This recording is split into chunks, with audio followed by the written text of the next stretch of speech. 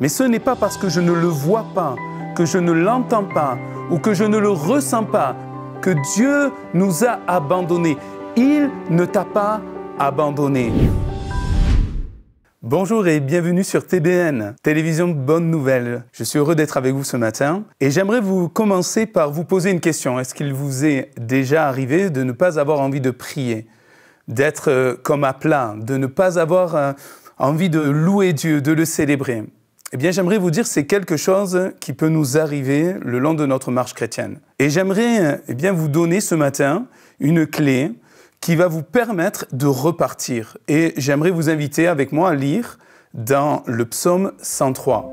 C'est David qui nous dit ceci à partir du verset 1er. « Mon âme, bénis l'Éternel, que tout ce qui est en moi bénisse son saint nom. Mon âme, bénis l'Éternel et n'oublie aucun de ses bienfaits. » Pour sa part, David a choisi de commander à son âme de bénir l'Éternel.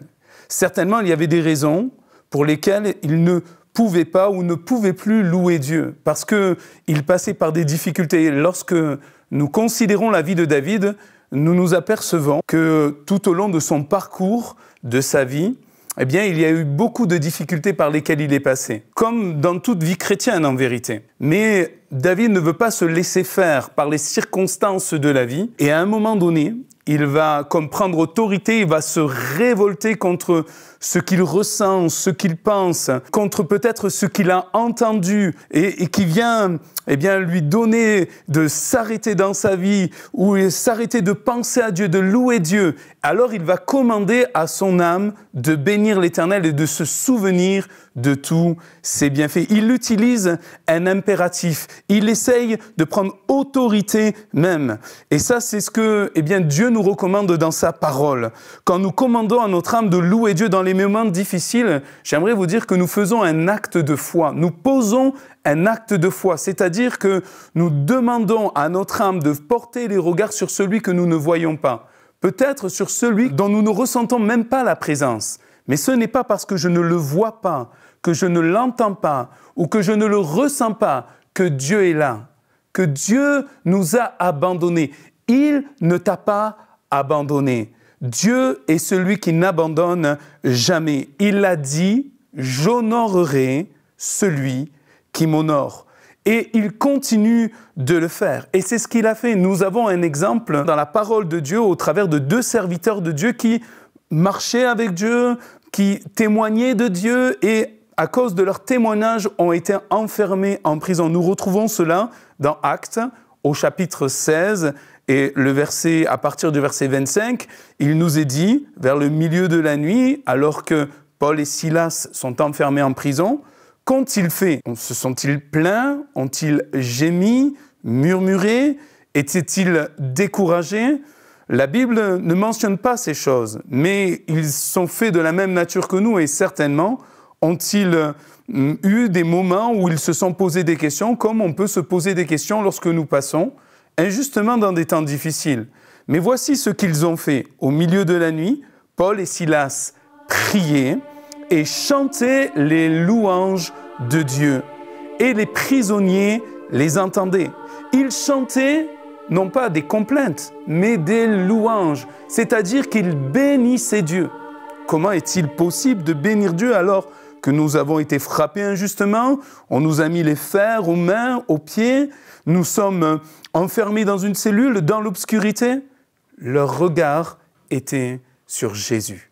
Et c'est cela de commander à notre âme. C'est de dire à mon âme, ne regarde pas les circonstances. Mon âme, n'écoute pas ce que les autres disent, mais élève-toi, souviens-toi de tout ce que Dieu t'a fait. Porte tes regards vers lui et espère en lui. Je ne crois pas que Paul et Silas étaient des super-héros. Je crois qu'ils étaient des hommes de la même nature que chacun d'entre nous.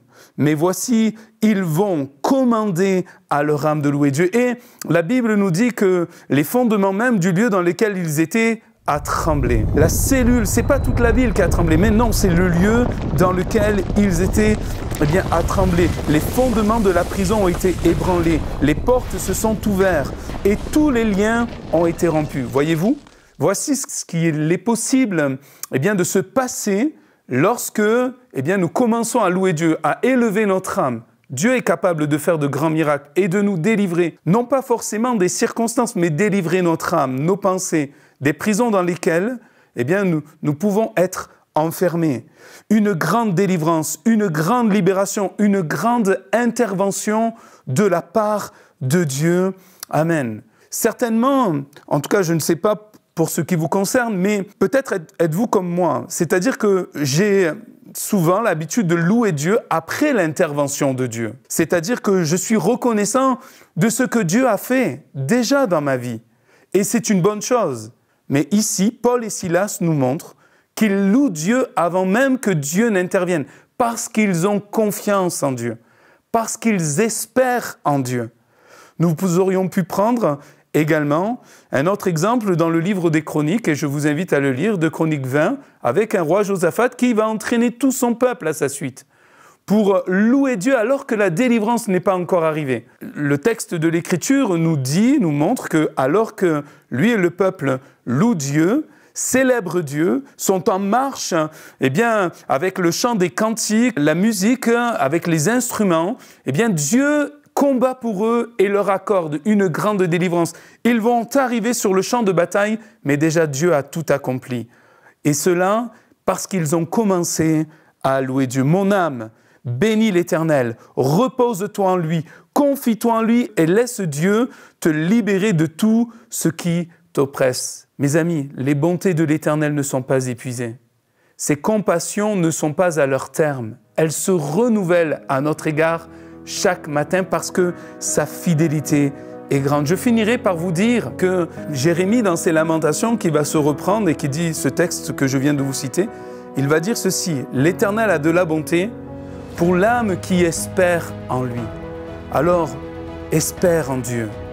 Demande à ton âme de le bénir et de se souvenir de tous les bienfaits. Il y a un vieux cantique que je chantais lorsque j'étais enfant et qui me revient souvent dans les moments difficiles, qui dit ceci: « Quand le vol de la tempête vient assombrir ton ciel bleu, au lieu de baisser la tête, compte les bienfaits de Dieu. » Que vous puissiez faire cela dans votre vie et que Dieu puisse vous donner la délivrance dont vous avez besoin. Amen.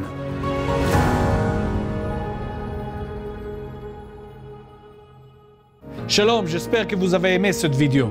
Abonnez-vous pour ne pas rater nos programmes. Merci de faire partie de notre famille TBN. Que Dieu vous bénisse. Shalom de Jérusalem.